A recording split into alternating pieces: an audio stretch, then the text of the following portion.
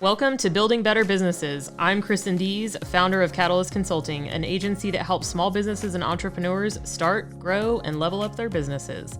This podcast will bring you interviews with experts in all things business related. Have questions for a business attorney? We've got answers. How about your health insurance? Got you covered there too. New episodes coming your way every week. Find us on the podcasting platform of your choice.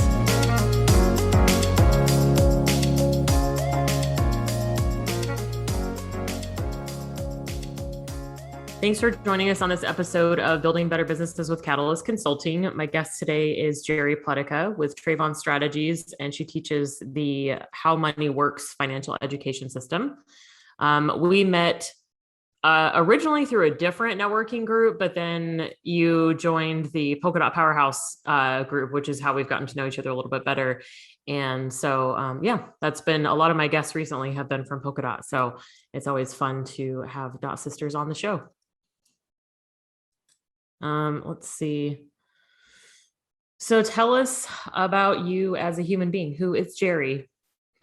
Well, thank you so much for having me. I do so appreciate that. I value your podcast. I listened to several of it. So Thank you. I think it's such a great value, especially for new people that are in entrepreneurs or business owners that are kind of like, don't quite know what to do. So I really value what you have to say. Jeri Pleticha, I have been around for a long time, half a century. I have a wonderful husband. I've been married for 28 years and I still love him a lot more than now than probably every day it's a little bit better. I have, excuse me, I have two children. One's almost 23. She'll be 23 this month. And she is an amazing musician, and I'm so proud of her. And then my son is in the Navy, super proud of him. And I guess I'm coming out of being a mom and a homeschool mom, and that was who I used to be. And now I'm becoming more of a business entrepreneur. But my fun things I love to do is hang out with friends, go hiking. I need to go hiking with you, actually. You do a lot of hikes. Anything outdoors, jet skiing in the summertime. We've jet skied a few times these last few weeks and I've just loved it. I could be out on the water all day long. So those are kind of my go-tos. I got to find things to do in the summer or in the wintertime though. I got to get something to do. You'll help me with that, won't you? Yeah, I'm actually going to try and do that this winter because I just hate the winter so much. It's just so dark and cold. And up here where we're at, it's dark at like 4:30, 5 o'clock and it's just so rough. So I'm like, okay, you can do it. So I'm going to try some snowshoeing, I think, and then I'm gonna learn to snowboard. I think I've always avoided winter sports because I'm just like I hate to be cold, but I'm gonna try and have a positive outlook this year about winter. We'll see. Okay, we'll see how it goes. Yeah, awesome. I look forward to hearing about that. Yeah, but I'm with you. I love outdoors. Being out in the sunshine, on the water, by the water, is great, and we have some pretty phenomenal nature up here. So for sure. Yeah. What's a fun fact about you? A random fact that maybe not everyone knows. I played alto saxophone from 6th grade until I went to college. I went to college for a while at University of Idaho and actually was in their marching band and got to play at the Kingdome for a Seahawks game in like 1991. Oh, wow. How cool. For a halftime show. Yeah, that's awesome. That's a long time too, to play an instrument. So good job. And marching band's hard. I had a little buddy that did that. And I was like, it's pretty intense. Like just learning how to play an instrument is hard enough. And then learning how to like walk in like choreographed formation is it's so crazy to watch. It's a whole thing. And University of Idaho has a school of music. So they put a lot of emphasis on that. Oh, very cool. Yeah. Yeah. There's some crazy talented marching bands out there. So yeah, that's cool. That's a good one. Good fun fact, Jeri. Yeah. Yeah. So tell us a little bit more about what you do on the work side of things and how you provide support for business owners and entrepreneurs. I was kind of contemplating this with some team members yesterday, and we can do a lot of different things. we can create a holistic financial strategy for either the individual, the employees, and or clients of theirs. If they don't offer insurance or any kind of stock options or anything like that, we can certainly go into office situations and help with that kind of thing. But it's very holistic, it's very individual. And we always work with tax strategies. When we're doing that, we always try to encourage tax-free savings as much as possible. So that's kind of our specialty. Okay. So you can kind of come in and help. So if like a business owner has, like 5 or 10 employees and they're like, hey, can you help us put something together to set our employees up for financial success? That's cool. Yeah, definitely. Very But we cool. don't do it in a global sense. Like if you've been in a work environment that, just has an HR and you get this plan and it's this and you only get these options and you only have this, these certain options, you get like 2 options or 3 options. We don't have that. We have an individual plan for each person. So that's what we would do specifically. Oh, that's nice. Yeah. Cause I feel like everybody's in different places and has different goals too. Exactly. So even if some of them are similar, it's kind of nice to have a custom one. So yeah. That's cool. Yeah, because that's essentially kind of the same concept behind what I do too. Is like the foundation is the same, the formula is the same, but then it's what everybody's kind of looking for changes depending on their situation. So that's one of my favorite things about what I do, actually. Definitely. Yeah. Not the same every time. Exactly. Like, oh, so boring. Exactly. Right? You've been in corporate. You know what that's like. Like I can't. It's not cookie cutter. No. But yeah. So how did you end up, or I guess what's your background? How did you end up where you are now? Yeah. So I came out of Southern Idaho, met my husband, went to Seattle and began my professional career as a massage therapist. That's kind of where I got that holistic idea of healthcare and just in general, holistic, we're not just cookie cutters, we're each individuals. So that kind of created that holistic piece of my brain. And then I became an RN in 1998. And that I continue to keep my license. And so when I started the financial field in 2020, just before the pandemic, let's just do that. It was a call to educate because I come from a long time of education. I've been a childbirth educator and just education has been my thing in my nursing career. So education in the financial field doesn't always occur. Often people come out of financial advisors and they have no idea what they just talked about. So I want to dispel that. And I aligned myself with a company called How Money Works. And that's our kind of our PR leg. And I basically take someone from, 18 years old or even younger if they'd like, all the way up to 99 years old and explain to them, what they have, what they might need and meet their particular needs in a way that they can understand. It's very common where I come into a client's experience and they have, some information to hand me and they say, decipher this for me. So I try to decipher it in a way that they can understand and bring it down to bite-sized educational moments so they can really comprehend what they really have. Because unfortunately, the financial field has not done a great job in education. So I really align myself with that educational piece and feel quite a value to people. Yeah. Well, I mean, even like starting in school, we don't learn that stuff. Like there might be some like economics type classes and whatnot, but understanding all of the like the finer details of like how everything can affect all of the stuff.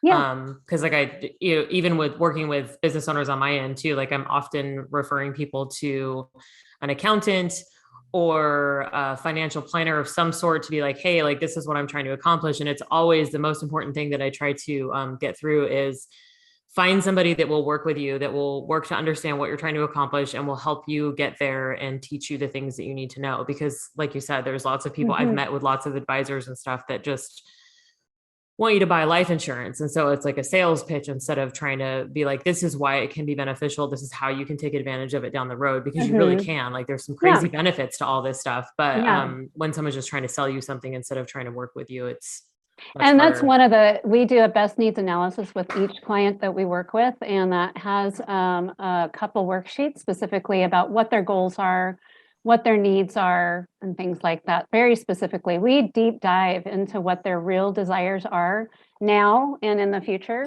And it's a process. We don't just sit with someone once. We sit with them for a long time. And then, I mean, I've sat with people for 15 hours and not gotten a sale because I want to make sure that they get what their needs are. And what a lot of that is education. So I spend a lot of time educating and getting to, again, the deep dive of what their real goals are and stuff. So it's a unique prospect because a lot of financial planners don't take that time. Yeah. Yeah. That's the one that I work with now. After I can't even tell you how many. I probably met with a dozen over the last couple of years. And yeah, it was more about where are you at now and let's set you up. And like, so down the road, you can take advantage of all these things. So yeah, she's not killing it with me, Right. yeah. Right. So Yeah. I'm still fairly new to my own business and everything like that. But, Yeah. it's like, here's the long-term plan. Let's get you into this now. And then later on, we can adjust as we go. So Yeah. yeah, it's just kind of comforting to be like, okay, like you can do this. And then later we can make it happen Yeah. the way you want. So Exactly. Exactly. yeah, super important. Education is huge. I think for anything, like it doesn't Yeah. even really, it's like, having an attorney, an accountant, bookkeeper, somebody that wants to just like help you understand what you're trying to accomplish, I think is huge, or the importance of what you're doing. Yeah. I was just talking about that with, I think, in bookkeeper speak. Somebody was like, oh yeah, they just like do my stuff. And I'm like, well, yeah, but you still need to look at the stuff and know what's happening. I mean, yes, great job for like having a bookkeeper and getting things squared away, but you still need to be looking at the stuff. So like my bookkeeper meets with me once a month and we go through all the things and I'm like, okay, cool. I know where we're at. Yeah. But yeah, anyway, what do you wish more business owners knew about what you do? We were kind of batting that idea around too. I think tax savings, tax implications of your business and mitigating any taxes you can. We always think, oh, we're going to be in this business for however long. I mean, I talk to a lot of business owners and they say, I might be working till I die. And like, is that a reality? So I always like try to encourage them, if you don't have an exit strategy at this moment in time, thinking of an exit strategy at the time, at some point in your future, because there may come a time that you're not able to. And recently I had a friend that her husband passed away. So she had to put her business on the back burner. It was a very sudden death. And so I don't know any of her situation, but I can only imagine that her business took a hit, because if she's not there, she's the sole owner of that business. And so if those things happen, what will you do? So those are the kind of conversations that we can kind of have. And then thinking about, if you want to sell it in the future, how can we decrease your tax implications for that? So we're always working with taxes and making sure that you get the best bang for your buck and not get overtaxed in any way, shape, or form. And there's some ways to do that. Also, thinking about your retirement in your future as a business owner, a lot of times we're the last person we think of or think about, or even strategize for ourselves, because, in the worst case scenario, if something happened to you in your business, what would happen? Would it just go away? Do you have strategic plans in place for the what ifs? And I hate to say those kinds of things, but I mean, as a nurse, I know what can happen, and as we've seen in the last 18 months, a lot of people have lost a loved one really quickly, or, just a variety of things. And we don't hear the stories behind that, but there has to be a story. So I've met with some other polka dots that I can speak to that. Or if you have an elderly parent, what are you doing for that situation? There's just all these different things that if you pre-plan, it's so much easier than if you're in crisis mode and you haven't planned. and you're like scrambling. So that's a very big passion of mine, is to encourage people to pre-plan, be proactive as opposed to reactive, because nothing is good in reaction. So both financially as well as in other areas as well. But yeah. Yeah. Yeah. I've had a few different business attorneys, and one in particular was she specializes in estate planning and like succession planning and that kind of stuff. And it's the same kind of conversation. It's like the worst is going to happen at some point in time. It's the one thing that's guaranteed. And it's the one thing we like to pretend it isn't going to happen. And so I think as humans, most of us we just proceed and hope that nothing bad happens. But especially when it comes to running a business, especially if it's your only source of income, it's a very scary place to be. And even if, maybe you didn't lose somebody, but maybe you are unexpectedly sick for weeks or months, or something happens. Another friend her husband is in the ICU and probably will be for a month or two. And she's the sole breadwinner for the most part, or at least the excessive breadwinner. And so it's like, now what? There's so many things like that, that people just don't really, we don't want to think about it. We don't want to be like, hey, at some point I'm going to die, or my partner is going to die, or might get super sick or something like that. So, yeah, no, I think it's important, and it is uncomfortable, but same thing with like, I was just talking about this the other day too on a training. Business prenup is what I call it, but it's the like partnership agreements and stuff like that. Somebody was asking some questions about like, well, there's 3 partners, and what happens when we disagree? And I was like, well, you should have that in your partnership agreement. And also you should outline some of those things, like how you handle conflict makes a big difference. And what do you do to kind of work through those situations? But talk about it before it becomes a problem, because once it is a problem, it's much harder to deal with. So yeah, it's tough. I'm going to send you, I was talking to someone today about something like that, and I found a resource. So I'm going to share that with you offline. But sure. Yeah, it would be of value to you possibly. So yeah, anyway. So what are some recommendations you have for business owners when it comes to tax savings in their businesses? Yeah. And we were kind of batting this around too, my team and I was just thinking every situation is so different. It kind of might sound like a cop-out, but we really can't do a blanket recommendation specifically. It's best recommended to understand tax implications if you can. If your financial person has tax implications and they understand that, if they never talk about taxes in relation to whatever you're doing, maybe not run, but maybe like reach out, phone a friend and say, okay, I have this. What about the tax implications? Because if they're never talking about taxes, there's something wrong. And I actually was at a financial planner and I asked him about, well, what are the tax implications with this? And he didn't put the hand up, but it was like, kind of a verbal, like stopped me up. And I was quite frustrated about that. So I don't know if that's the norm or if that was just him, but I was like, not impressed. So, make sure that your financial planner is financially literate in regards to tax implications.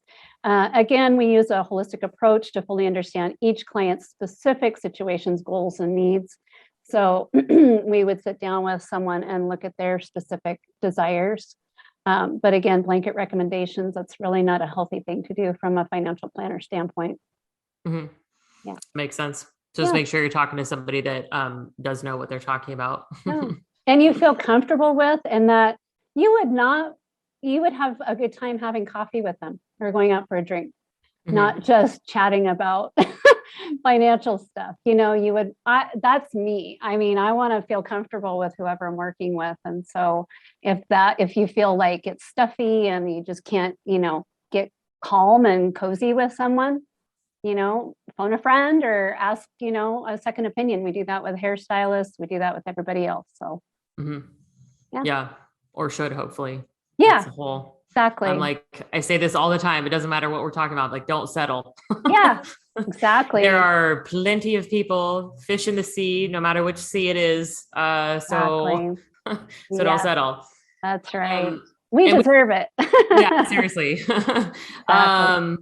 we've kind of touched on this a little bit, I think when we talked a couple months ago, but what do people need to know about the long-term care tax? I know you Yeah, talk a lot about that. yeah, I did for a while. It's kind of the window is closed for that moment to be able to opt out of that because of the timing.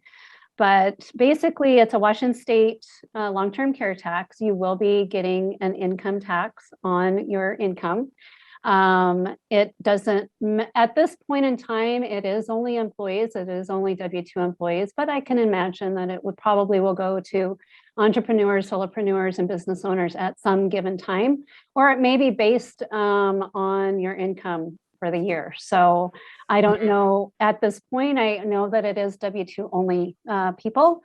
I will link a Spokane Talks that a colleague and I did. What? First initial. Okay. Last name. D's. D-E-E-S-E. Sorry. Have a good one. You too.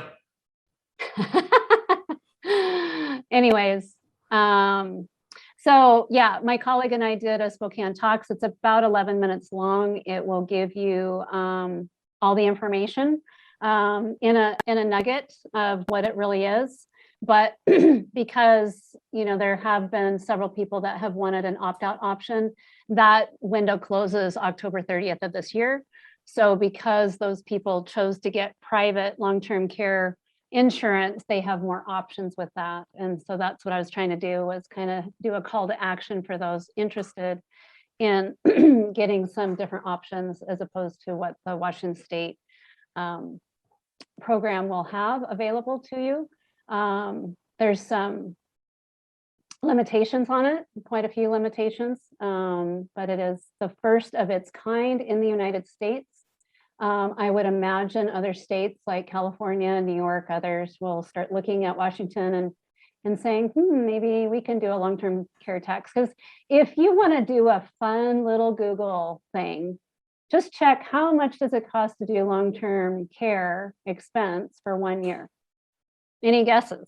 Just any guesses at all? Hundreds of thousands of dollars, I would guess. Yeah, 75 to 100,000 is average. So, and as a nurse, I have all the specs on that because I took a deep dive this summer and even in the springtime about all the details about that.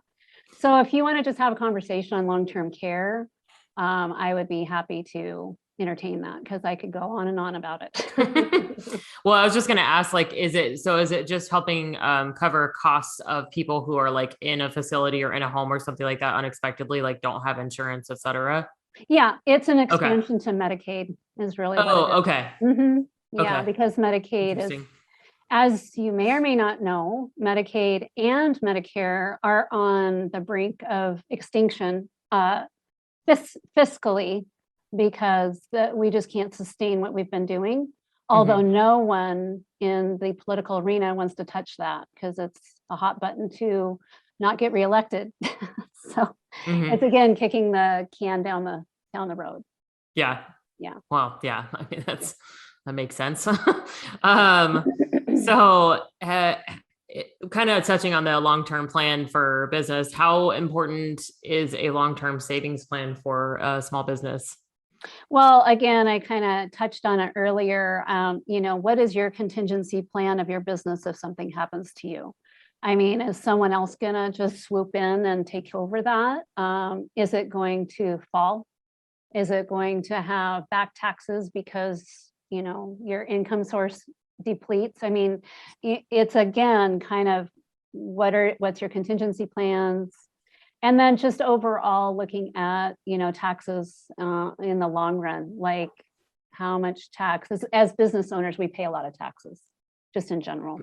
That's kind of what keeps our economy rolling, is really small business. So, and the taxes really help with that.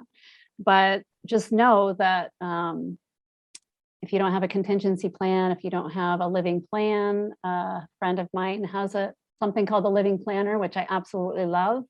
Which kind of walks you through step by step of all the detail of what you need to have somewhere. So if something happens to you, you will have something available for someone else to take over. just in general with long-term care expense for a business owner, it's just, let's have a conversation. It's kind of like sex, kind of like all these other things are taboo of not to talk about. Yeah. I'm willing to talk about just about anything. I've been around a long time and had a lot of different things, and let's just have the hard conversations so we can move on and be proactive as opposed to reactive. Yeah, it feels so much better to have a plan, like on any kind of thing. Like the plan can change, it can flex, it can adjust as time goes on, but yeah, just gotta have a plan. Yep. So as an, oh my goodness, because grammar is hard today.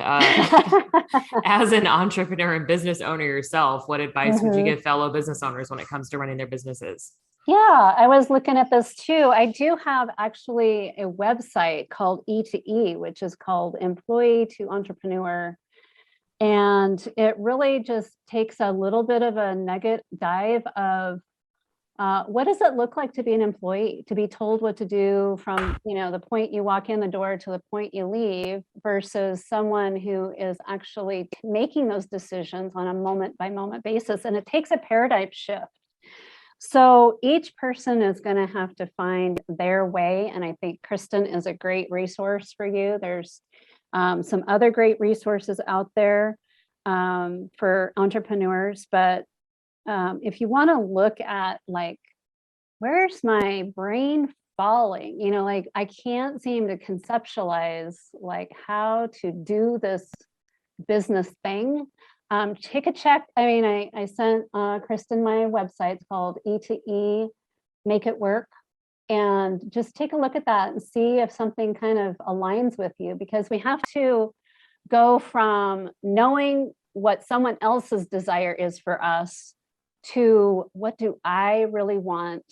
And who am I to bring that to the world, So I was in my mind, I was thinking, well, I could talk about this book and that book.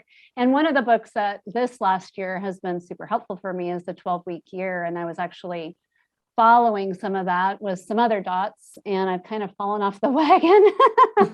Like the plan is adjusted a few times. So I need to get back on that. And the thing that was so helpful with that is just writing everything, like brain dumping everything that needs to happen somewhere, and then categorizing it per day. For me, that was super helpful. And again, I'm looking at some different things. I've got some software stuff I'm looking at to keep track of different projects and stuff like Trello and Asana and stuff like that. I know you've talked about those a few times, I think, but finding something and sticking to it for a while until you need to morph and change, I guess, and just being flexible. And I think I'm not very good at this, so I'm speaking to the choir here to myself. I'm speaking this to myself. I have a really hard time taking time off. So actually scheduling that time off, which the 12-week year actually talks about, is super helpful, because I could go, and I love everything I do. I absolutely love everything I do. So it's not work to me. It's actually a blessing. It blesses my life financially, and then it blesses my life just to be with those that I want to be with, which I didn't have a choice in my work environment as an employee. Yep. So I guess just be kind to yourself and give yourself some time to step away would probably be my biggest takeaway. Yeah. Be kind to yourself for sure. Yeah, for sure. It's a whole different kind of journey. What resources do you wish you'd known about at the beginning of your entrepreneur journey? Yeah, I think that 12-week year, just knowing that I could do it, because all of that worry and strife and all the drama I put myself through was really not worth it. But it was a process that I needed to go through from my employee to my entrepreneur mindset. It's a process. And I just talked a lot through that with a lot of friends and stuff. Let's see. Yeah, I think just be kind to yourself and take time away. And just, if I could do it over again, I wouldn't do anything different. I would do it exactly the same way. Because I'm such a better person than I was before I started this, because it continually challenges me. Every day is a new challenge, and I really love that. Yeah. Okay. No, I think it's, I'm kind of with you. Like, yeah, sure. It would have been maybe easier if I had different things, but I would have still had to learn lessons and figure things out as I was going. Cause that's just how it is. There's no such thing as a perfect plan. You just make a plan and then do some stuff and then figure it out as you go. And you're like, oh, okay, well, that was not so fun, but now I know. Or you learn things as you need to learn them. That's one of my favorite things too. Is like, well, now I know how to do a whole bunch of stuff that it's not like I could have planned for at the beginning. So yeah.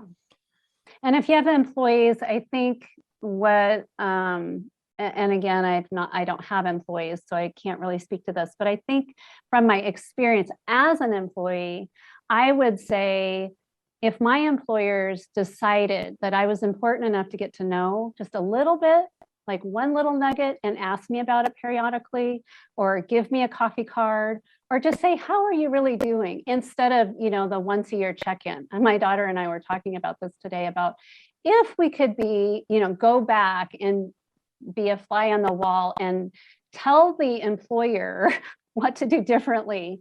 If you do have employees, I think just getting to know them, because they're people, they're not automatons, and they have souls, and they've got issues and challenges just like all of us do. And I felt a lot of times that I was not even there. I mean, I was, because they forced me. They wanted the work that I had to give, which I did, but at a cost, which was my soul a lot of times, because I never felt like I was there. If that makes sense. So if you have employees, I would just treat them kinder. Yeah. I think that's very important. Treating people like human beings. Because a lot of places treat people like replaceable. And I mean, to be fair, theoretically, we're all replaceable, even the top of the top, the leadership of whatever. Like, I was at Best Buy for 9 years, and I think we went through 3 CEOs or 2, no, 3 or 4, maybe. It's like 4 now. Anyway, it's like, I mean, right. But then also trying to make the connections and treat people like they are humans and understand all of those little things is so huge. Like, that's always, I've always been a huge proponent for that. For sure. Cause it's, nobody wants to feel like a number or a cog in the wheel, because you're doing valuable things and helping people every day and making money for them. Yep. And trying to be the best little human you can be. Yes. I hope anyway, that most of us, the majority of us, are just out there trying to be the best human we can. And sometimes it comes out in weird ways, and that's fine. But anyway, I could go off on that for another 10 minutes. So what 3 key takeaways do you want everyone to leave the conversation with? Yeah. So I would encourage you to find financial folks that are where you would like to be, or align with, your educational or your goals and your needs. Somebody that is willing to take the time to spend with you, however long it is, to get your needs met. If it's a 1 hour or 20-minute or whatever, and you walk away from a meeting and you have no idea what was just talked about, there's something wrong with that picture. If you feel like you want to keep that financial expert, go out to coffee with them and say, just tell them straight up that I'm not getting my needs met and I really need this instead of in the office or something like that, because that can be a bit stifling, or, task oriented, maybe. Maybe that's one thing. Understand that if you plan ahead, you can have a tax-free environment. There is a variety of ways that we can make that happen. We educate on very specific ways to do that, both individually, and there could be some implications for your business as well. So that's something to maybe think about. And then make sure that your business doesn't run you. I would say that make time for working in your business as well as on your business. And I feel like that 12-week year kind of helped me define what that might look like. A lot of times, and I can attest to this too, my business has run my life. And I really have to be really cognizant of making sure that that's not my whole life is my business. And my daughter and my son actually tell me a lot. And both my husband and I have businesses, and we really love what we do. And so we just really need to make it a priority to not have it run our lives. So not, No, it's great. don't take the phone call, Yeah. reject the phone call, reject the text, get back to them on Monday. I always take every Sunday off mentally. If I'm not on the couch just hanging out, I'm sleeping or I'm doing something fun like jet skiing or something like that. So that is my day of not doing anything. And I just encourage you to make one day a week nothing, because that will help you regain whatever. I know for me, by Friday, my brain gets a little foggy and I'm like, okay, my body knows that it's almost downtime. So I work a little bit on Saturdays, not even a whole day. It's usually like 2 or 3 hours at the very most. And I'm pretty much on the couch or just doing fun things on Saturday, and really as much as I can physically not do too much on Sunday to give my body a rest. That's me too, actually. So I call it my do nothing day is Sunday. Every now and again I'll do something, but if I do, then I have to compensate by having like a half a day on Saturday where I don't do anything too. So I just try to be super conscious of that, because I am an introvert. And so I get super drained as well, just from all the interactions and stuff sometimes, because I do a lot of stuff during the week after work. And yeah, so I wholly support whatever the do nothing day looks like for you. It happens to be Sunday for me as well. So it's great. I think that's so huge too. I think there's times when I realize that I'm not in control of my schedule or what's happening. Like I've just kind of let it get away from me. I'm like, no, this is not good. When I start feeling stressed out and overwhelmed, I'm like, okay, hold on. We gotta reevaluate what's happening. But yeah, no, like you said, it's easy to, when you love what you do, to just kind of like get wrapped up in it. But yeah, cool. Okay. So how can we best support you? What are you working on? How do we find you, etc.? Yeah, you can go to my website. It's howmoneyworks.com/Jeri Pleticha, Pleticha. The other website that I was sharing with Kristin is employee 2 entrepreneur. I can't remember which one I said. There's something else after that, and then Jeri Pleticha, but it'll be in the show notes. And then when you reach out to me, I will give you a book, or we can talk about getting a book to you called How Money Works. It's about 80 to 90 pages, and it's a really easy read. Anybody from 8th grade on up can understand the concepts. And it just takes kind of a small dive about some very specific financial concepts that will help you throughout the rest of your life. If you understand compound interest, if you understand long-term care issues, if you understand your estate, if you understand kind of those things, if you don't do something about them now, at least you know these are the things to kind of work on as you get more adulting in your life. So I will walk through that with you as well. And then I'll also link the Spokane talks on the long-term care, Washington long-term care tax as well. So yeah. Okay, cool. Yeah. Sounds great. Well, yeah, thanks for hanging out with me. I greatly appreciate it. And I'm sure I will talk to you soon. All right. Thank you so much for your time. You bet.